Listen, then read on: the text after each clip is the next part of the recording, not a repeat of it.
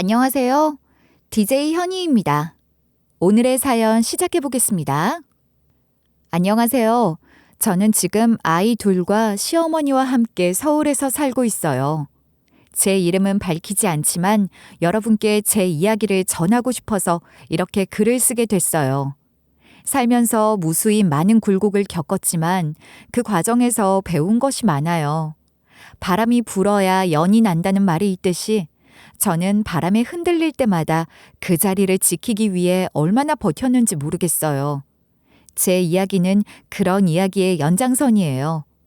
사람들이 흔히 가족은 무조건적인 사랑으로 이어진다고 하지만 그게 말처럼 쉽지 않더군요. 저는 조부모님의 사랑을 듬뿍 받고 자랐어요. 친부모님이 제가 6살 때 끔찍한 교통사고로 돌아가셨어요. 그날은 정말 평범한 일요일이었고 부모님은 저를 데리고 놀이공원에 가려던 길이었어요. 갑자기 옆 차선에서 큰 트럭이 제어를 잃고 저희 차를 덮쳤죠. 저는 뒷좌석에서 무사했지만 부모님은 그 자리에서 돌아가셨습니다.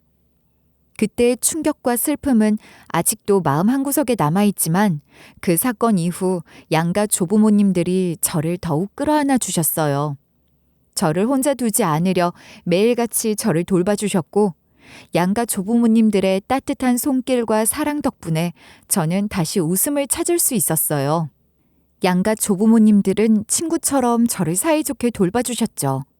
외할머니는 제 손을 꼭 잡고 우리 손녀 절대 혼자 두지 않을 거라며 언제나 네 곁에 있을게 라고 말씀하시며 언제나 저를 안심시켜 주셨고 친할아버지는 제가 외로워할까봐 매일 저녁 동화책을 읽어주셨어요.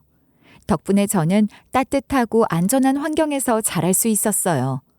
저는 운이 좋은 편에 속한다고 생각해요. 그 어린 나이에 버려지지 않고 오히려 네 분의 사랑을 듬뿍 받으며 자랄 수 있었으니까요. 양가 조부모님 모두 저를 서로의 손녀로서 아낌없이 사랑해 주셔서 사돈이나 시댁이라는 선이 아니라 진정한 가족으로 서로를 대하는 기쁨을 알게 되었죠. 그분들의 사랑은 제가 세상에서 가장 큰 행복을 느낄 수 있는 원천이었어요. 양가 조부모님과 함께한 기억 중에 가장 따뜻한 에피소드가 있어요. 요즘처럼 눈이 오는 날이면 특히 생각나는 추억인데요. 겨울이 오면 항상 양가 조부모님과 함께 군고구마를 구워 먹는 게 우리 집의 전통이었어요. 눈이 잔뜩 쌓인 어느 겨울날도 그랬죠. 외할아버지가 군고구마를 굽기 위해 장작을 피우고 계셨고 외할머니는 불길이 잘 올라오도록 바람을 불어넣고 계셨어요. 친할머니는 고구마를 깨끗이 씻어서 불 가까이에 가져다 놓으셨죠. 친할아버지는 제 옆에 앉아 손을 꼭 잡고 오늘도 따뜻한 군고구마를 함께 먹을 생각에 기분이 좋다고 하셨죠. 네 분 모두 함께여서 저는 항상 마음이 든든하고 따뜻했어요. 우리 손녀 군고구마 좋아하지? 조금만 기다리면 아주 맛있게 구워질 거야. 그래, 우리 강아지. 이거 다 익으면 얼마나 달콤하고 맛있게요. 기다리는 동안 따뜻하게 있자. 군고구마 진짜 좋아해요. 할아버지 할머니랑 같이 먹으면 더 맛있을 것 같아요. 맞아. 우리 손녀랑 다 같이 먹으면 뭐든 맛있지. 자, 조금만 더 기다려보자. 하하, 그래. 그러면 다 같이 나눠 먹어보자. 할아버지가 이렇게 정성껏 구웠으니 우리 손녀가 제일 먼저 먹어야지. 그래, 뜨거우니까 조심해서 먹어. 할아버지가 불 앞에서 구웠으니까 맛있을 거야. 네, 할아버지, 할머니 모두 함께 있으니까 진짜 행복해요. 빨리 먹고 싶어요. 그래. 이렇게 신나하는 걸 보니까 할미도 기분이 좋네. 자, 조금만 더 있으면 다 익는다. 겨울이면 항상 그 시간이 특히 기억에 남아요. 네 분 모두 저를 둘러싸고 앉아 불 앞에서 고구마가 익기를 기다리던 그 순간 외할아버지와 친할아버지께서 번갈아 저를 안아주시며 네가 제일 소중한 우리 손녀라고 말씀하시며 저를 아껴주던 그 따뜻함이 아직도 마음 한구석에 깊이 남아있어요. 네 분의 사랑이 저를 지탱해준 가장 큰 힘이었죠. 결혼 후에도 그런 가정을 꾸리는 게 제 소원이었어요. 남편과는 대학 동아리 활동에서 만났어요. 서로 비슷한 배경을 이야기하다가 자연스럽게 가까워졌죠. 남편도 저와 비슷한 경험을 했다고 했어요. 남편은 입양 가정에서 자랐거든요. 시부모님께서는 아이를 낳고 싶어 하셨지만 임신이 뜻대로 되지 않아 남편을 초등학교 때 입양하셨다고 하더라고요. 그런데 남편은 언제나 시부모님을 친부모님처럼 자랑스럽게 여기고 있었어요. 그런 남편을 보면서 저도 저와 비슷한 아픔을 극복하고 새로운 가족을 만나 함께하고 싶다는 생각이 자연스럽게 들었어요. 그래서 남편과 결혼을 결심하고 시부모님을 만나러 가게 되었죠. 시부모님도 저를 반갑게 맞아주셨어요. 시어머니께선 처음 만나셨을 때부터 저를 그렇게 따뜻하게 대해주셨어요. 저도 자연스럽게 이 가족의 일원이 되고 싶었고 실제로 그렇게 느껴지더군요. 안녕하세요. 만나서 반가워요. 처음이라 좀 어색할 수도 있겠지만 편하게 있어요. 네, 어머니, 저도 만나뵙게 되어 기뻐요. 조부모님 정말 대단한 분들이라고 들었어요. 그런 사랑을 받으며 자랐다니 아가씨가 참 잘 자란 게 이해가 돼요. 네, 조부모님들이 저를 정말 많이 아껴주셨어요. 덕분에 지금의 제가 있는 것 같아요. 그래서 우리 잘 지낼 수 있을 것 같아요. 아가씨가 참 따뜻하고 배려심이 많아 보여서 정말 마음이 놓여. 감사해요, 어머니. 어머니께서도 저를 따뜻하게 맞아주셔서 정말 감사드려요. 그렇게 우리는 결혼을 하게 되었어요. 시부모님과의 첫 만남에서 느꼈던 따뜻함은 결혼 생활 내내 저에게 큰 힘이 되었는데요. 시어머니는 항상 저를 딸처럼 챙겨주시고 처음부터 서로 마음을 열고 소통할 수 있도록 노력해 주셨어요. 시아버지께서도 언제나 저를 믿어주시며 중요한 결정들을 함께 상의해 주셨죠. 남편이 입양하라는 사실을 전혀 느낄 수 없을 정도로 시부모님은 남편뿐만 아니라 저도 아끼고 사랑해 주셨어요. 양가 조부모님이 돌아가셨을 때도 시부모님이 가장 먼저 저를 위로해 주셨죠. 시어머니는 제 손을 잡고 우리 딸 힘들 땐 언제든지 엄마한테 기대라고 하시며 제 곁을 지켜주셨어요. 그때 정말 많이 의지가 되었고 이 가족의 일원이 되어 있다는 게 참 감사했어요. 결혼 생활하면서 아이 둘을 출산하자마자 남편은 생활비를 벌기 위해 어쩔 수 없이 해외로 나가게 되었는데 남편이 회사에서 중요한 해외 프로젝트를 맡게 되었고 이 기회를 잡지 않으면 앞으로 가족의 삶이 힘들어질 수 있다는 생각에 마음이 무거웠죠. 남편이 떠나기 전 수없이 많은 이야기를 나눴어요. 남편은 아이들을 부탁하면서도 미안한 마음에 눈물을 보였고 저 역시 남편의 그런 마음을 충분히 이해하면서도 홀로 남겨질 생각에 막막했어요. 하지만 가족을 위해서 서로가 희생할 수밖에 없다는 걸 알기에 서로를 다독일 수밖에 없었죠. 기러기 부부로 오랫동안 떨어져 지내야 했지만 남편이 보내온 편지와 영상통화로 서로의 마음을 확인하며 하루하루 버텼어요. 남편은 매번 아이들의 사진을 보내달라고 하며 그리운 마음을 달래려 했고 저는 그런 남편에게 최대한 밝은 모습만 보여주려 노력했죠. 그동안 시부모님도 제 부모님처럼 모시면서 아이들을 돌보고 가정을 지켰어요. 시부모님께서는 항상 저를 도와주시며 제가 정말 큰 힘이 되어주셨는데 그 덕분에 힘든 상황 속에서도 버틸 수 있었던 것 같아요. 그런데 이런 저희 가족에게도 청천벽력 같은 일이 생겼죠. 시아버지께서 초기 치매라는 진단을 받게 되었습니다. 시아버지께서는 아직 정신이 온전할 때 스스로 결정을 내리셨어요. 나중에 가족들이 고생하는 걸 원치 않으니 요양병원에 들어가는 게 맞다고 하시는 겁니다. 시어머니도 제 눈치를 봤지만 저는 그걸 원치 않았어요. 처음 시집 왔을 때부터 저를 아껴주셨던 분을 남의 손에 맡길 수가 없었거든요. 믿고 맡길 수 있는 곳을 찾는 것도 일이겠지만 제가 직접 모시는 게 맞다고 생각했어요. 남편에게도 전화로 이 사실을 전했죠. 정말 고맙다 여보. 내가 해야 되는 일인데 여기 일도 바쁘다 보니 자주 못 가서 미안해. 아니야. 당신이 바빠서 그러는 거 다 이해해. 내가 잘 모실 테니까 당신은 일에만 신경 써. 그래도 이렇게 당신이 고생해주니 너무 고맙다. 내가 정말 울고 싶을 정도야. 아, 울긴 왜 울어. 우리가 가족이니까 서로 돕는 거지. 그리고 당신 아버지잖아. 내가 잘 모실 거니까 걱정 마. 그렇게 저는 시아버지를 직접 모시기로 했어요. 쉽지 않은 일이었겠지만 저는 시아버지를 끝까지 존중하며 모시고 싶었거든요. 시아버지도 제게 고맙다고 하시며 저를 믿고 맡겨주셨고, 시어머니께서도 제 결정을 듣고는 눈물을 글썽이며 고맙다고 하셨어요. 당신 혼자 감당하기 어려운 상황에서 제가 나서주니 정말 마음이 놓인다고 하시더군요. 가족은 그런 거잖아요. 어려운 일이 생기면 함께 헤쳐나가고 서로 도우면서 더 끈끈해지는 것. 제가 그렇게 자랐고 그런 가정을 다시 꾸리게 된 게 저에겐 너무나도 당연한 일이었어요.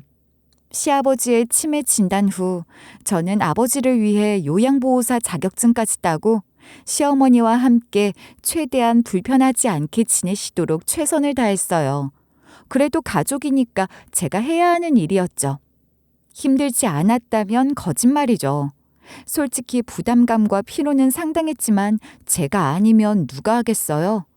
시아버지와 시어머니를 위해 최선을 다하는 게 제가 해야 할 일이라고 생각했어요. 이건 그동안 받은 사랑에 대한 작은 보답이라고 생각했어요. 그러던 어느 날 남편에게서 전화가 왔어요. 해외에 있으니 시차도 다르고 일이 많아 바쁘니 매일 연락할 수는 없었지만 그날은 제가 집안일을 하느라 손이 바빴거든요. 그래서 스피커폰으로 전화를 받았고 시어머니도 함께 남편 목소리를 들을 수 있었어요. 남편은 시어머니도 같이 듣고 있다는 걸 몰랐고요. 여보, 아버지 요양비 너무 많이 쓰는 거 아니야? 아버지 어차피 치매라서 다 기억 못 하실 텐데 굳이 사소한 거 하나까지 신경 쓰고 돈을 그렇게 드릴 필요는 없잖아. 당신 혹시 간병한다고 돈 흥청망청 쓰고 있는 건 아니지? 저는 순간 말을 잃었어요. 전화를 받자마자 하는 첫 마디가 이런 말이었는데 남편이 이렇게까지 무신경하게 말할 줄은 몰랐거든요. 시어머니도 그 자리에 계셨는데 남편의 말에 얼굴이 굳으셨어요. 시어머니는 저를 보고 살짝 고개를 저으시더니 남편에게 제가 듣고 있다는 걸 알리지 말라고 손짓하셨고 조용히 자리를 피하셨어요. 남편이 너무 지쳐서 절약하고 싶어 하는 거라고 생각하려고 애썼어요. 하지만 마음 한구석에서는 배신감과 서운함이 몰려왔어요. 그동안 제가 얼마나 애쓰며 노력해왔는지 그 무게를 남편이 전혀 이해하지 못하고 있다는 생각에 눈물이 나올 것 같았죠. 이런 상황에서조차 가족을 위해 희생하는 제 마음을 몰라주는 게 너무 아팠어요. 여보, 진짜 그렇게 생각하는 거야? 내가 돈을 막 쓰고 있다고? 간병하느라 하루하루 얼마나 아껴가면서 살고 있는지 당신이 알기나 해? 아버지를 모시는 일도 쉽지 않은데 그나마 필요한 것들까지 아껴가며 하고 있어. 그런데 흥청망청 쓰고 있다고? 정말 그 말이 나올 수 있어? 왜 이렇게 예민하게 받아들여? 난 그냥 돈이 막 새어나가면 안 되니까 주의하자는 거잖아. 그럼 당신이 한번 해봐. 정말로 아버님을 위해 필요한 것만 하고 있어. 고맙다고는 못할 망정. 가족을 위해 내가 해야 할 일이라고 생각해서 다 하는데 그걸 흥청망청 쓴다고 생각하는 거야? 아니 여보, 내가 지금 얼마나 힘들게 돈 벌고 있는데 그런 말까지 들어야 돼? 나도 매일같이 남의 나라에서 죽도록 일하고 있어. 솔직히 친부모님이었으면 모를까 내가 이렇게 힘들게 벌어오는 돈을 그냥 막 쓰면 되겠어? 우리 가족 다 잘 되자고 하는 거잖아. 그러니까 당신도 좀 이해해주면 안 돼? 진짜 당신 그렇게 생각하는 거야? 친부모님이 아니니까 이렇게 말할 수 있는 거야? 당신 미쳤어? 어떻게 그딴 식으로 말을 해? 여보, 미안해. 나도 말이 좀 심했어. 내가 요즘 너무 지쳐서 그랬어. 말이 잘못 나갔다는 거 알아. 당신도 힘든 거 아는데 서로 좀 아끼면서 잘하자. 저는 남편의 그런 태도에 더는 말이 안 나왔어요. 결국 남편은 절약하라는 당부만 하고 아버님의 치매가 어디까지 진행되었는지, 아이들이 잘 지내는지조차 묻지 않은 채 전화를 끊었어요. 저는 그 순간 너무 화가 나서 손이 덜덜 떨렸어요. 어떻게 이렇게 무심할 수가 있죠? 남편의 말 한마디 한마디가 정말 가슴을 후벼 파는 것 같았거든요. 나 혼자만 모든 짐을 짊어지고 있는 기분이었어요. 남편이 이 정도로 이해심이 없고 무신경할 줄이야. 정말 너무 서운하고 배신감까지 들었어요. 그래도 시부모님이 상처받으실까봐 남편의 무신경함에 대해서는 숨겼어요. 괜히 그 말이 더 마음 아프게 할까봐요. 시어머니께서 이미 스피커폰을 통해 남편의 요구를 들으셨고 한동안 상심하신 듯한 모습이었죠. 저는 시어머니께 남편이 왜 그러는지 모르겠다며 흉 아닌 흉을 보며 툴툴대면서 시어머니를 웃게 해드리려고 했지만 제 말이 시어머니께 위로가 되지 않는 듯해서 더 마음이 답답했어요. 그리고 그런 상황을 아이들도 대충 눈치채고 있었던 것 같아요. 그날 이후로 아빠 얘기를 먼저 꺼내지 않았거든요. 아빠가 언제 돌아오는지, 왜 이렇게 바쁜지 묻는 대신에 조용히 저와 시어머니를 살피는 모습이 안쓰럽기도 했어요. 우리 아이들도 나름 느끼고 있는 게 있었나 봐요. 그런데 며칠 후 아이들 학교 담임 선생님에게서 연락이 왔어요.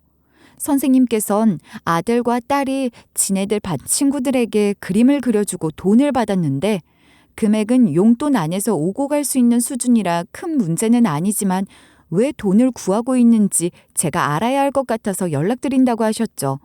저는 당황했어요. 아이들에게 용돈을 꼬박꼬박 주고 있었기 때문에 돈이 부족할 이유가 없었거든요. 시어머니와 함께 애들을 걱정하며 기다렸어요. 하교한 아이들에게 다그치며 이유를 묻자 두 아이가 서로 눈을 마주보며 머뭇거리더군요. 저는 혹시 나쁜 짓이라도 하고 있는 건 아닌가 걱정되었어요. 너희들 요즘 돈 모은다고 들었는데 왜 그러는 거야? 솔직하게 말해봐.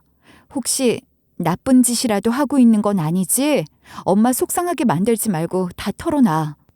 엄마, 그게 할아버지 돌보느라 엄마랑 할머니 너무 힘드시잖아요. 그래서 저랑 애나가 안마기 사드리려고 했어요. 채소마켓에서 중고로 파는 거 봤는데 우리가 돈이 없어서 용돈으로는 부족하고 그래서 친구들한테 그림 그려주고 조금씩 모았어요. 엄마, 우리 진짜 나쁜 거 한 거 아니에요. 그냥 엄마랑 할머니가 할아버지 돌보시느라 너무 힘들어 보였거든요.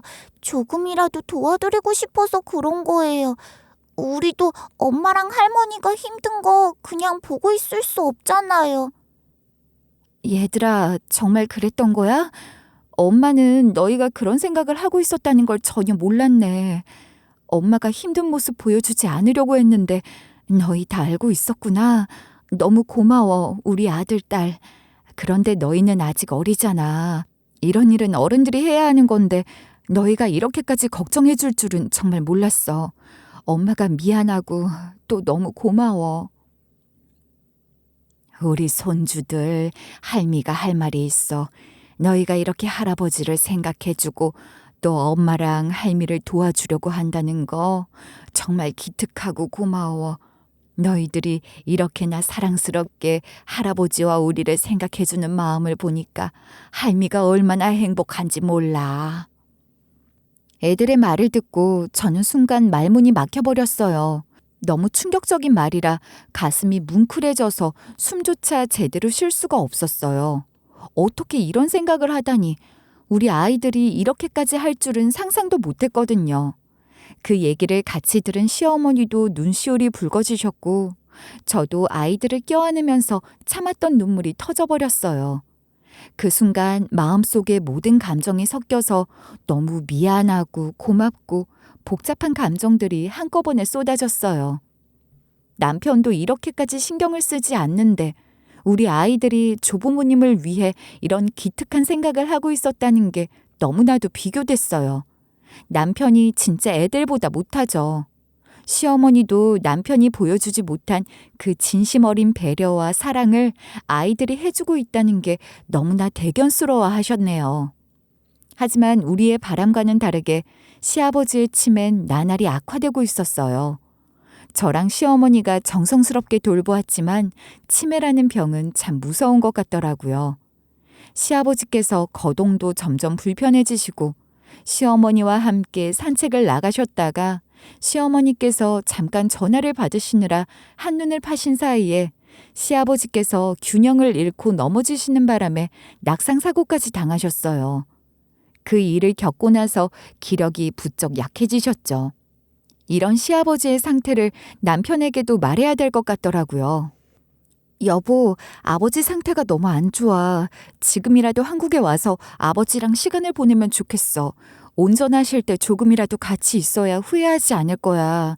솔직히 친부모님이었어도 이렇게까지 할 수 있을까 싶지만 그래도 키워준 정이 있잖아. 마지막으로 효도는 해야 하지 않겠어? 나도 마음은 그런데 일이 너무 많아서 어쩔 수가 없어. 지금은 도저히 갈 수가 없어. 당신이 이렇게 나오면 어머니는 얼마나 서운하시겠어.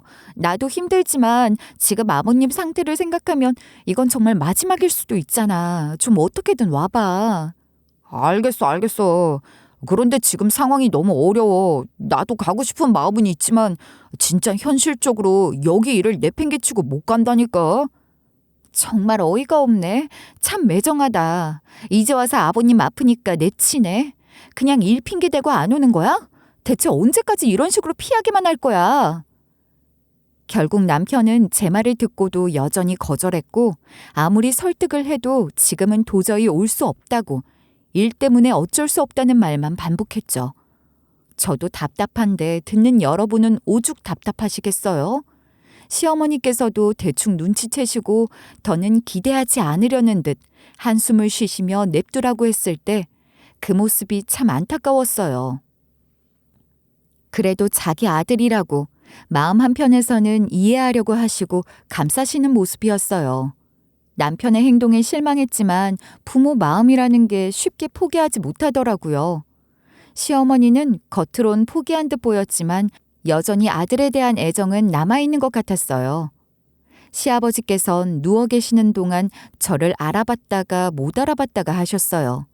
그러다 임종이 가까워졌을 때 제 손을 꼭 잡고 제 이름을 부르면서 고맙다고 하셨죠. 마지막엔 저를 알아보시고 시어머니를 부탁한다는 말씀까지 남기셨는데 치매로 고생하시던 시아버지가 그 순간만큼은 정신이 말짱해 보였어요. 그 순간 너무 많은 감정이 교차했어요. 미안함, 안타까움, 그리고 그래도 마지막에 저를 기억해 주신 것에 대한 감사함까지요. 그렇게 시아버지께서는 돌아가셨어요. 남편은 기어코 안 오다가 시아버지가 돌아가신 후에서야 장례를 위해 한국으로 왔어요. 가족들이 오랜만에 모인 자리였지만 분위기는 어색하기 그지없었죠. 아이들은 아빠를 낯설어 했어요. 아이들이 태어나고 얼마 안 되어 남편이 해외로 나가버렸으니 아이들에게 아빠는 거의 낯선 사람이었어요. 남편도 아이들을 어떻게 대해야 할지 모르겠는지 어색하게만 굴었어요. 그 모습을 보면서 저는 마음이 너무 아팠지만 한편으론 어떻게 이럴 수가 있나. 진짜 너무 한심해서 말도 안 나오더라고요. 가족이라고 최소한의 책임은 져야 하는데 남편은 그런 기본조차도 안 하니까 화가 치밀어 올랐죠. 진짜 이럴 거면 왜 결혼하고 가족을 만들었나 싶고 이러면서 무슨 가족이니 사랑이니 말할 자격이나 있나 싶었어요. 그래도 가족이란 건 곁에서 정성을 쌓아가야 생기는 건데 남편은 늘 도망만 치고 강제로 밀어붙인다고 그런 관계가 만들어지는 게 아니니까 더 화가 나더라고요. 그래서 최후의 보루 같은 말을 꺼내봤어요. 여보, 이제 한국에서 일자리를 구해보는 건 어때? 애들도 아빠랑 같이 있는 시간을 너무 원해. 이러다 애들 크는 거 다 못 보고 놓쳐. 그거 어떻게 보상받을 건데? 당신이 국내에서 어디서 일하든 우리가 이사라도 가서 같이 살자. 아이들을 생각해서라도 우리 가족이 같이 있어야 하지 않겠어? 그게 말처럼 쉽지 않잖아. 솔직히 국내보다 해외에서 일하는 게 돈을 더 많이 버는 건 알잖아. 갑자기 한국에서 일자리를 구하라고 하면 쉽겠어? 그나마 지금 버는 돈으로 생활을 유지하고 있는 거라고. 내가 갑자기 그러라는 게 아니잖아. 시간 두고 알아보면 되잖아. 이젠 나도 당신이랑 같이 있고 싶단 말이야. 알겠어. 생각은 해볼게. 그런데 진짜로 당장 어떻게 하긴 어려울 것 같아. 당장 안 해도 돼. 근데 최소한 알아보려고는 해줘야지. 난 당신이 진짜로 노력하고 있는지 모르겠어. 항상 말만 생각해 본다고 하고 정작 진전이 없잖아. 아니, 내가 일을 놔두고 어떻게 당장 움직이냐고. 나도 힘들어. 그냥 좀 기다려줘. 기다리기만 하면 다야? 나도 지쳐, 여보. 우리도 가족이니까 같이 있어야 하지 않겠어? 당신이 우리랑 같이 있고 싶다면 적어도 노력은 해야 하지 않아? 고개는 끄덕였지만 솔직히 그 이후에도 국내에서 일자리를 알아보는데 별로 적극적이지 않았어요. 하는 척만 하는 게 너무 티가 나더라고요. 참 이럴 거면 처음부터 그냥 싫다고 하든가 뭐가 그렇게 못마땅한지 내키지도 않으면서 대충 고개만 끄덕이는 게 또 열받더라고요. 그래도 억지로 강요할 수는 없는 일이라 그냥 기다려보기로 했어요. 참 답답한 노릇이에요. 시아버지 장례가 끝난 뒤 남편은 우리랑 짧게나마 함께 시간을 보냈어요. 가족끼리 저녁 식사 후에 남편과 아이들이 함께 근처 공원에 산책을 나가 애들과 공놀이도 하고 벤치에 앉아 간식도 먹었는데 그 짧은 시간이었지만 아이들이 즐거워하는 모습에 시어머니도 흐뭇해하셨어요. 남편도 어색한 와중에 아이들과 함께하려고 노력하는 모습이 보였죠. 그래도 시어머니는 그 시간이 아들과 손주들과 함께할 수 있어서 조금이나마 위로가 되는 듯 보였어요. 시어머니는 남편이 좀 더 같이 있어주길 바라셨지만 부모상으로 휴가를 낸 거라 금방 돌아가야 한다며 떠났어요. 시어머니는 속상한 얼굴로 남편을 배웅하셨죠. 저와 시어머니는 그렇게 또 둘만 남게 되었어요. 서로를 의지하면서 시아버지를 잃은 슬픔을 견뎌내려 애쓰던 어느 날, 이번에는 제가 남편에게 돈을 부탁하는 상황이었죠. 사실은 제가 건강이 많이 나빠졌거든요. 허리 디스크가 심각해져서 수술이 필요하다는 진단을 받았어요. 집안일도 제대로 할 수 없을 정도로 통증이 심해져서 매일같이 진통제에 의지하며 겨우 버티고 있었죠. 병원에서는 수술을 미루면 더 큰 문제가 생길 거라고 했는데 수술비가 만만치 않더라고요. 시아버지 장례 이후 시어머니도 기력이 약해지셨고 저는 혼자 모든 걸 감당하기에 너무 힘들었어요. 그래서 남편에게 전화해서 허리 수술이 필요하고 수술비가 너무 많이 든다고 도움을 요청했어요. 남편은 잠시 고민하더니 어떻게든 마련해보겠다고 했지만 목소리에선 내키지 않는 기색이 역력했죠. 저는 그 말을 듣고도 마음이 편치 않았어요. 돈을 부탁하는 것도 서러운데 남편이 이렇게 냉랭하게 반응하니 더 속상했죠. 그래도 제 건강을 위해서라면 어떻게든 해봐야 했어요. 남편이 허리 수술비를 보내주겠다던 말과는 달리 연락이 잘 안 돼서 애들 앞으로 들어둔 적금을 깨야 되나 고민하고 있는지 며칠이 지나고 있었는데 어느 날 남편의 회사에서 여직원이 불쑥 찾아왔어요. 남편 일로 회사 사람들이 집에 오는 일이 전혀 없었기 때문에 그 순간부터 뭔가 심상치 않다는 생각이 들었죠. 그 여직원은 남편이 바다에서 실종되었다고 말하면서 사망 증명서까지 가지고 왔어요. 사망 증명서에는 남편의 이름, 생년월일, 사망 추정일자, 그리고 사망 원인으로 익사 추정이라고 적혀 있었죠. 문서에 적힌 글자를 읽는 순간 눈앞이 흐려지고 손이 덜덜 떨리기 시작했어요. 그 차가운 종이 한 장이 남편의 삶을 끝내는 증거로 여겨진다는 게 믿기지 않았죠. 그 말을 듣는 순간 머리가 하얘지고 심장이 덜컥 내려앉는 느낌이었죠. 며칠 동안 수색을 했지만 실패했단 말을 들으면서도 그 말이 믿기지 않았어요. 마치 악몽을 꾸는 것 같았어요. 그 순간 세상이 무너지는 느낌이었어요. 시어머니와 전 서로를 붙잡고 한참을 울었어요. 아이들은 상황을 제대로 이해하지 못하고 그저 어리둥절해하면서 울고 있는 저희를 지켜보고 있었죠. 그 모습이 더 마음이 아팠어요. 그 후로도 현실을 받아들이기 힘들었지만 결국 장례를 치르게 되었죠. 시신조차 찾지 못해 관에 결혼 반지를 넣고 대신했어요. 그게 저의 마지막 인사였어요. 장례식을 마치는 동안에도 마음은 텅 빈 것 같았고 이젠 뭐 눈물도 더 이상 안 나오더라고요. 근데 이상하게 왠지 모르게 마음 한구석에서는 불안감이 계속 남아 있었어요.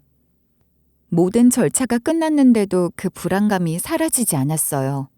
남편의 부재를 인정하기엔 너무 많은 의문들이 남아 있었던 것 같아요.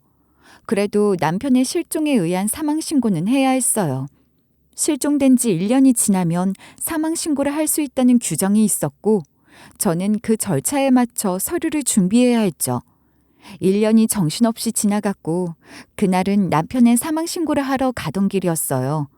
아침부터 차분하게 서류를 챙기고 집을 나서는데, 그 순간 시어머니가 갑작스럽게 저에게 전화를 걸어왔어요. 시어머니와는 따로 살고 있었기 때문에 전화를 받았는데 시어머니의 목소리가 떨리고 다급했어요. 시어머니가 다급하게 말씀하시길 남편이 살아있다며 지금 바로 특정한 주소로 오라는 거예요. 애미야, 나 사실 애비가 살아있는 거 알게 됐어. 그날 우연히 봤는데 정말 믿기지가 않더라. 처음엔 내가 잘못 본 줄 알았어. 그래서 한참을 망설였단다. 네가 직접 보지 않으면 믿지 못할 것 같아서 내가 이렇게 말하게 됐어. 미안하다. 나도 이게 맞는 건지 몰라서 얼마나 고민했는지 몰라. 하지만 이젠 네가 알아야 한다고 생각했어. 어머니, 정말 그게 사실이에요? 애비가 살아있다뇨. 저 지금 너무 놀라서 숨이 안 쉬어져요. 대체 왜 지금까지 말씀 안 하셨어요? 저 이렇게 속고 살았던 거라고요? 애미야, 나도 너무 충격적이었단다. 어찌해야 할지 몰라서 많이 망설였어. 솔직히 말하자면 내게 이런 얘기를 꺼내기가 너무 무서웠다. 어머니, 애비가 대체 어디 있는 거예요? 지금 어디서 뭘 하고 있는 거예요? 왜 이런 걸 숨기셨어요? 저 정말 미칠 것 같아요.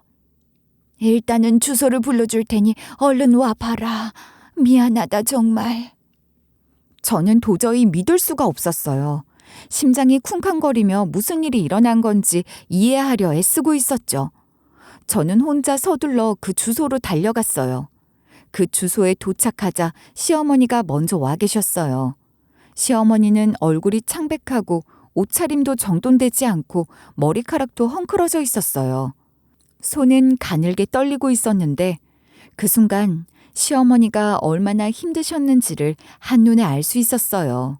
도착한 그곳에서 시어머니가 가리킨 방향을 보고 저는 그만 경악하고 말았어요. 거기엔 남편이 있었어요. 분명히 살아있었죠. 남편은 분명 모자를 푹 눌러쓰고 선글라스를 끼고 있었지만 그 모습이 아무리 변장을 한 듯 보여도 단번에 남편이라는 걸 알아볼 수 있었어요. 심장이 요동치며 손이 떨리기 시작했죠. 그런데 더 충격적인 건 그 옆에 서 있는 사람이었어요. 순간 어디서 많이 본 얼굴이란 생각이 들었어요. 몇 초 동안 머릿속이 혼란스러워져서 바로 떠올리진 못했지만 그 여자가 고개를 돌려 웃는 모습을 보자마자 그제야 알아차렸죠.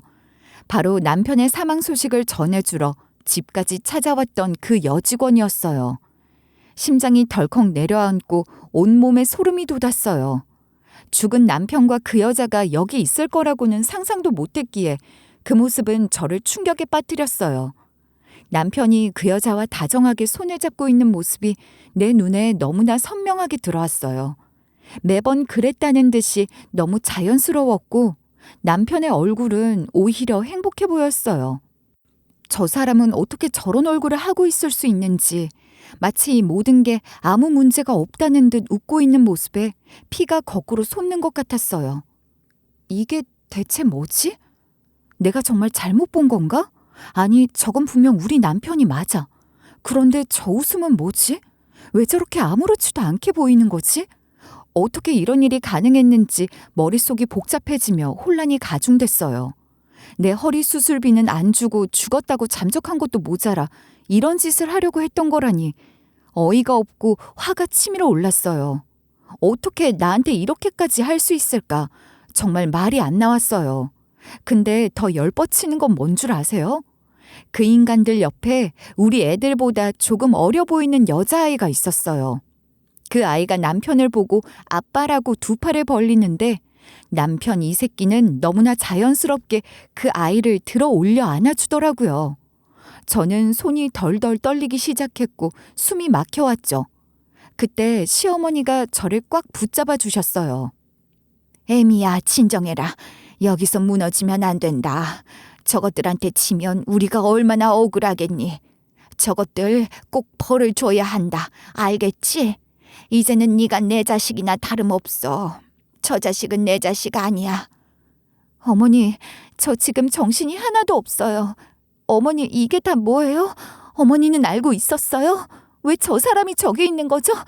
어머니, 설마 한통 속인 거 아니에요? 도대체 어떻게 된 거냐고요? 왜 이제야 말씀하시는 거예요?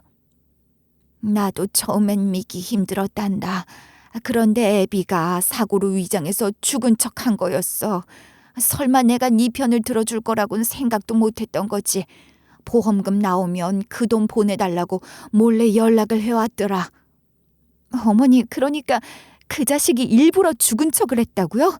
저 여자랑 같이 살곤 싶은데 보험금은 타고 싶어서 어머니한테 그런 부탁을 한 거예요? 진짜 너무 뻔뻔해서 말이 안 나와요. 어떻게 이럴 수가 있죠? 그래서 애비 앞에서는 알겠다고 편을 들어주는 척을 했단다. 근데 저놈이 나를 몰랐던 거지. 양부모여도 부모라고 지를 더 생각할 줄 알았던 거야.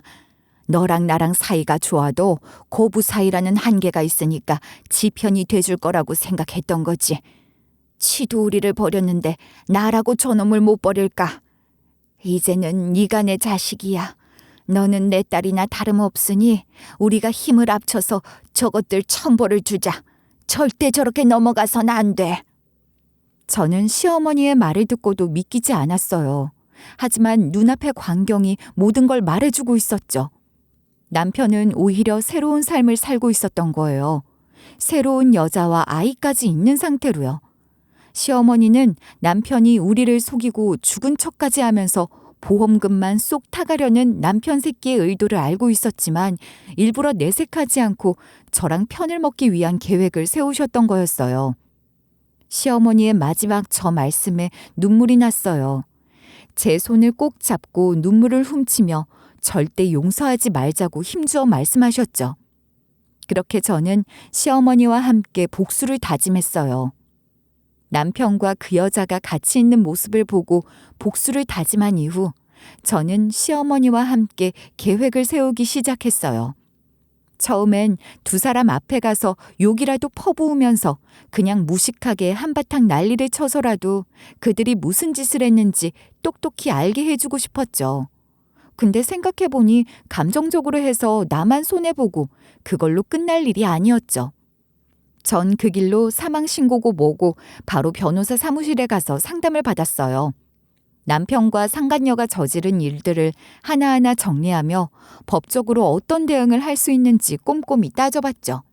변호사는 남편과 상간녀를 위조된 문서 행사죄로 고소할 수 있다고 했고 정신적 손해에 대한 배상도 요구할 수 있다고 설명해 줬어요. 저는 그 말을 듣고 결심이 섰어요. 단순히 화풀이가 아닌 법의 힘으로 그들에게 책임을 지게 해야겠다고요. 그래서 남편과 상간녀를 고소하기로 하고 필요한 모든 서류와 증거를 하나하나 준비해 나갔어요. 이왕 하는 거 확실히 해야 한다는 생각으로 변호사와 함께 치밀하게 준비했죠. 변호사와 함께 남편의 회사에도 연락을 했어요.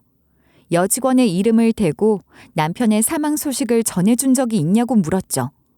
회사 쪽은 그 사실에 크게 당황하며 내부적으로 난리가 났어요. 남편과 여직원이 회사 이미지를 심각하게 훼손했다는 판단을 내리기까지 오래 걸리지 않았죠. 이 일로 인사팀에서 긴급 회의를 열고 고위직 간부들까지 이 문제를 심각하게 다루었어요. 결국 남편과 여직원은 불려가 조사를 받았고 회사는 두 사람을 해고하는 것으로 결정했어요. 며칠 후 남편이 직접 저를 만나러 왔는데 얼굴은 창백했고 문을 두드리고 들어오자마자 무릎을 꿇었어요. 저는 그 인간 입에서 무슨 말이 나올지 궁금하지 않았어요. 속으로 개새끼 개새끼만 속삭였죠. 남편은 죽일 듯한 얼굴을 한 제 표정을 보고 떨리는 목소리로 말하기 시작했죠. 여보, 외로워서 그랬어. 몸이 멀어지면 마음도 멀어진다잖아. 가족도 없이 먼 땅에 혼자 있어서 매일이 삭막했어. 그러던 와중에 담비처럼 찾아온 사람이었어. 내가 당신이랑 부모님을 사랑하지 않았다면 혼자 맨 땅에 헤딩하듯 떠났겠어. 다 우리 가족을 위해서였다고. 야, 본론만 말해. 이 말 저 말 씨부리지 말고.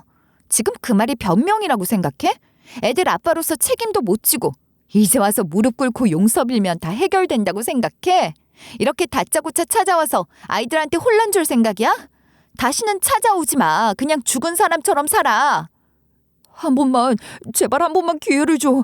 아이들에게도 설명하고 싶어. 내가 얼마나 힘들었는지, 왜 그랬는지. 아이들한테 설명한다고? 무슨 개소리야. 그게 말이 된다고 생각해? 네가 힘들었으면 나랑 애들은 모였는데 나도 힘들었어. 근데 난 그런 짓 안 했어. 너는 끝까지 네 입장만 생각하네? 정말 한심하다. 이제 우리 앞에 다시 나타나지 마. 제발 내가 잘못했어. 근데 나도 사람인데 외로워서 실수할 수도 있잖아. 한 번만 용서해주면 안 되겠냐?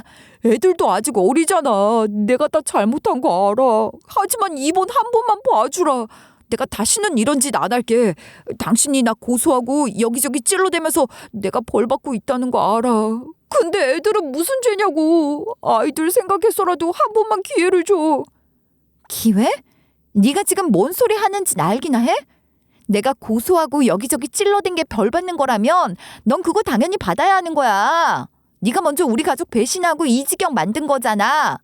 그리고 네가 애들 생각을 했으면 이런 짓을 애초에 하지도 않았겠지. 끝까지 네 죄를 합리화하려고 애들 핑계대는 거 진짜 어이없다. 두 번 다시 우리 앞에 나타나지 마. 네가 벌 받을 일 다 받으면서 혼자 살아.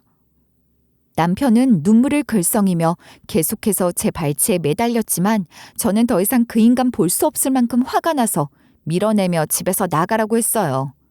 결국 남편은 무거운 몸을 이끌고 돌아갔고 그 후로 연락이 끊겼어요. 그렇게 둘은 회사에서 쫓겨났다고 회사로부터 연락을 받았고 직장도 잃고 해외로 돌아갈 수 없는 처지가 되었죠. 상황은 완전히 꼬여버려 완전히 낙동강 오리알 신세가 된 거죠. 이건 뭐 당연한 거죠. 근데 여기서 더 막장인 건 뭐냐면요. 남편 놈과 그 여자는 해외에서 불법적인 일까지 저지르고 다녔다고 하더군요. 심지어 한국에 입국할 때는 위조 여권까지 사용해서 가중 처벌될 예정이라는 이야기도 들었어요. 간도 참 크죠. 이런 일이 밝혀지면서 남편 놈은 그 어디에도 발붙일 곳이 없어졌어요. 시어머니도 참지 않으셨어요. 죽지도 않았으면서 죽은 척하고 보험금을 수령하려는 사기에 자신을 끌어들이려 했다는 것에 제일 큰 배신감을 느끼셔서 신뢰를 크게 훼손한 행위로 간주하고 법원에 파양 신청서를 제출하셨어요. 애초에 남편이 사망했다고 해서 자신의 신분을 지우려고 했던 것은 시어머니와의 관계를 이어나갈 생각조차 없었다는 걸 보여주는 행동임이 자명하니까요. 시어머니는 그 점에 대해 굉장히 분노하셨어요. 남편은 시댁의 상간녀까지 같이 데려와 무릎을 꿇고 빌었대요. 시어머니가 이야기해 주셔서 알았죠. 어머니 제발요. 제가 잘못했습니다. 파양까지 하실 건 아니잖아요.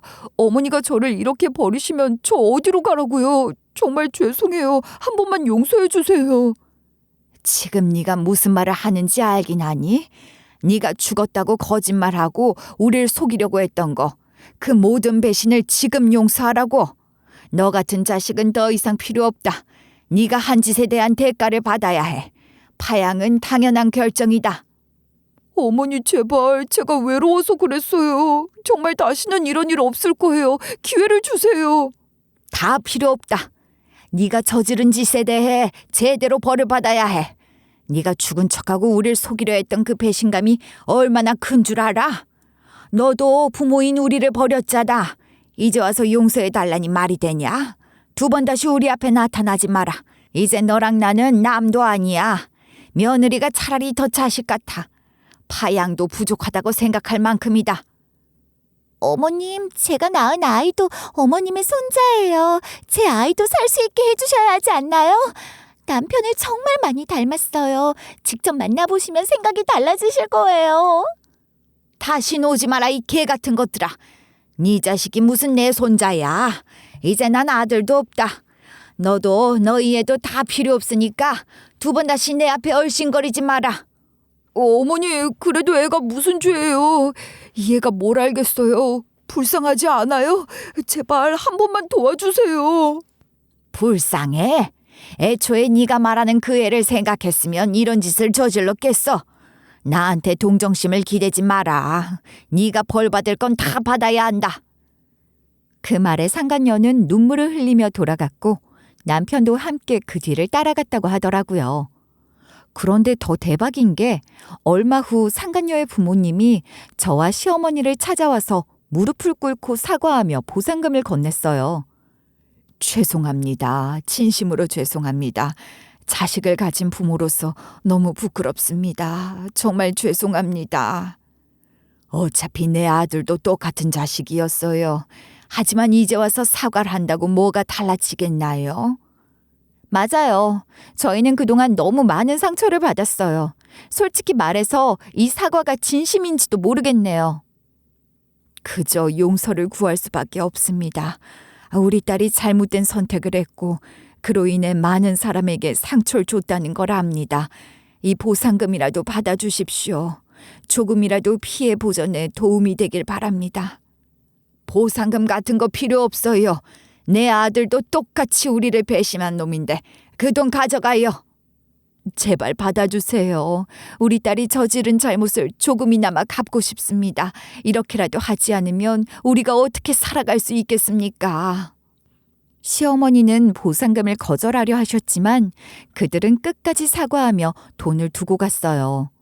상간녀 부모님의 진심 어린 사과를 들으면서도 마음 한편으로는 복잡했어요.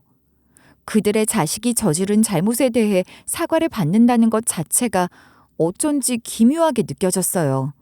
하지만 시어머니와 저는 눈빛을 마주하며 이 상황을 마무리하기로 했죠. 남편은 그 후에 어떻게 되었냐고요? 결국 그 인간은 완전히 모든 걸 잃고 말았어요. 회사에서도 잘리고 시어머니에게도 파양당하고 상간녀와도 끝장났죠.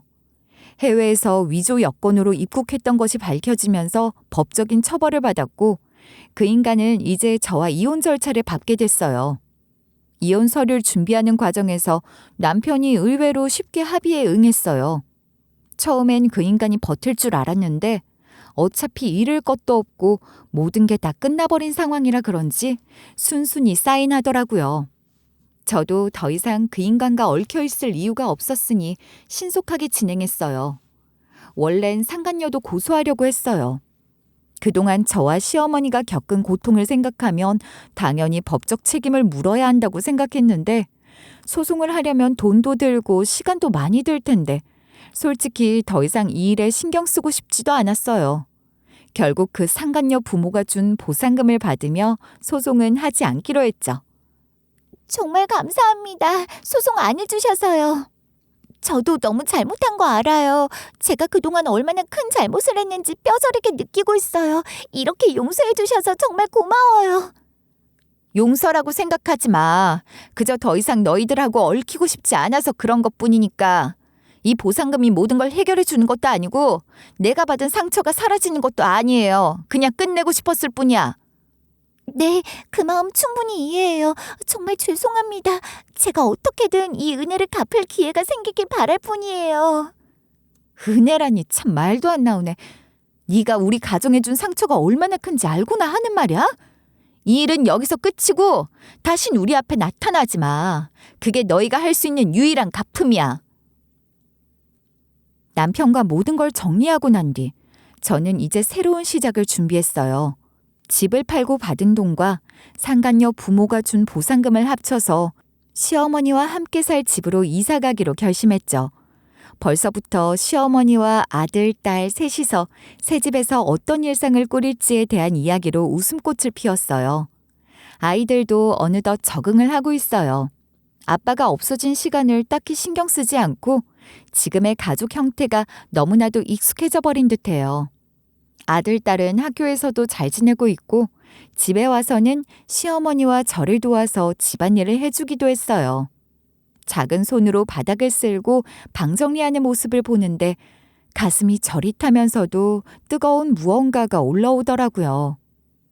아이들이 이렇게까지 우리를 위해 애써주는구나 싶어서 눈물이 핑 돌았어요. 솔직히 아이들에게 미안한 마음이 커요. 아빠가 처음부터 없었던 것처럼 지금도 아빠가 없다고 생각하는데 그럼에도 불구하고 밝게 자라주는 아이들이 대견하더라고요. 아직은 아이들이 어리니까 모든 상황을 솔직하게 이야기하기엔 이른 것 같아요. 좀 더 시간이 지나고 아이들이 성숙해지면 자연스럽게 알려줘야겠죠. 하지만 그때 어떻게 얘기해야 할지는 여전히 고민이 돼요.